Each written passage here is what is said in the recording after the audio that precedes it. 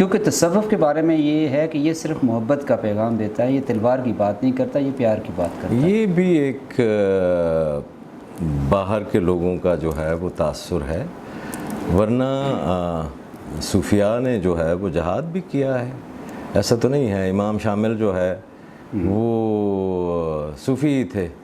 پاکستان کی ہسٹری کی بات کریں، تحریک آزادی کی، تو ہر جو ہے جن کی فوج ہے جی، جو لڑے ہیں، باقاعدہ تلواریں اٹھائی ہیں جی، اور انگریزوں نے جن کو وہ بھی کیا ہے، تو وہ بھی صوفی ہی تھے نا، پیر پگاڑا بالکل جی۔ تو یہ تاثر کہ یہ صرف جو ہے وہ محبت ہی کا ایک کوئی پیغام دینے والے ہیں، یا یہ کوئی وہ اس قسم کی چیز ہے کہ ایک گال پہ تھپڑ مار دیا تو دوسرا بھی حاضر کر دیں گے، تو ایسی بھی بات نہیں ہے۔ Sufi is a person, a right person at the right time doing the right thing in the right way. یعنی جب وہ جہاد کا وقت آئے گا تو یہ نہیں ہے کہ صوفی نے جو ہے وہ جہاد کے لیے تلوار نہیں اٹھانی جی، اس پہ بھی فرض لیکن اتنا ہی ہے۔ اس وقت کے اوپر ہی وہ اٹھائے گا۔